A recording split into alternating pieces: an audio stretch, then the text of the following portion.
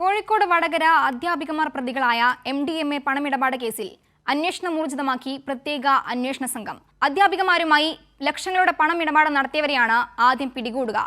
കേസിലെ പ്രതികളിൽ ഒരാളായ പേരാമ്പ്ര BRC സ്പെഷ്യലിസ്റ്റ് അധ്യാപിക കീർത്തനയുടെ ജാമ്യാപേക്ഷ വടകര NDPS കോടതി ഇന്ന് പരിഗണിക്കും. MDMA പണമിടപാട് കേസിലെ പ്രതികളിൽ ഒരാളായ കീർത്തനയുടെ ജാമ്യാപേക്ഷയാണ് വടകര NDPS കോടതി പരിഗണിക്കുന്നത്.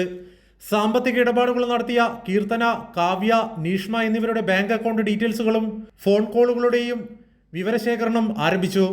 കോടതിയിൽ റിപ്പോർട്ട് സമർപ്പിക്കുന്നതിന്റെ ഭാഗമായി അന്വേഷണ സംഘം ശാസ്ത്രീയമായ തെളിവ് ശേഖരണവും തുടങ്ങിയിട്ടുണ്ട്. ATM വഴി പണം പിൻവലിച്ചതടക്കമുള്ള കാര്യങ്ങളും അന്വേഷണ സംഘം പരിശോധിച്ചു വരികയാണ്. ATM കൗണ്ടറിൽ നിന്നും ATM കാർഡ് ഉപയോഗിച്ച് പണം പിൻവലിച്ചവരുടെ CCTV ദൃശ്യങ്ങൾ പരിശോധിക്കാൻ അനുമതിക്കായി അന്വേഷണ സംഘം ബാങ്കുകൾക്ക് കത്ത് നൽകി. ഇതുവഴി പണം പിൻവലിച്ചയാളെ കണ്ടെത്തിയാൽ അവരും ഈ കേസിൽ പ്രതികളാകും. ആയിരക്കണക്കിന് ഫോൺ കോളുകളാണ് സൈബർ സെല്ലിന്റെ സഹായത്തോടെ പോലീസ് പരിശോധിച്ചു കൊണ്ടിരിക്കുന്നത്. ഇതുവഴി കണ്ടെത്തുന്ന വിവരങ്ങൾ കൂടി ലഭിച്ചാൽ മാത്രമേ ജുഡീഷ്യൽ കസ്റ്റഡിയിലുള്ള പ്രതികളെ കസ്റ്റഡിയിൽ വാങ്ങാൻ പോലീസ് കോടതിയിൽ അപേക്ഷ സമർപ്പിക്കുകയുള്ളൂ. MDMA കേസിൽ ലഭിച്ച പണം മുഴുവൻ വയനാട് സ്വദേശിയുടെ അക്കൗണ്ടിലേക്ക് പോയതായും അന്വേഷണ സംഘം കണ്ടെത്തിയിട്ടുണ്ട്. മൊത്ത വിതരണക്കാരനായ ഇയാളെ പറ്റിയുള്ള വിവരങ്ങൾ അന്വേഷണ സംഘത്തിന് ലഭിച്ചിട്ടുണ്ട്. സൈബർ സെല്ലിന്റെ സഹായത്തോടെ ഇയാളെ കണ്ടെത്താനുള്ള ശ്രമത്തിലാണ് അന്വേഷണ സംഘം.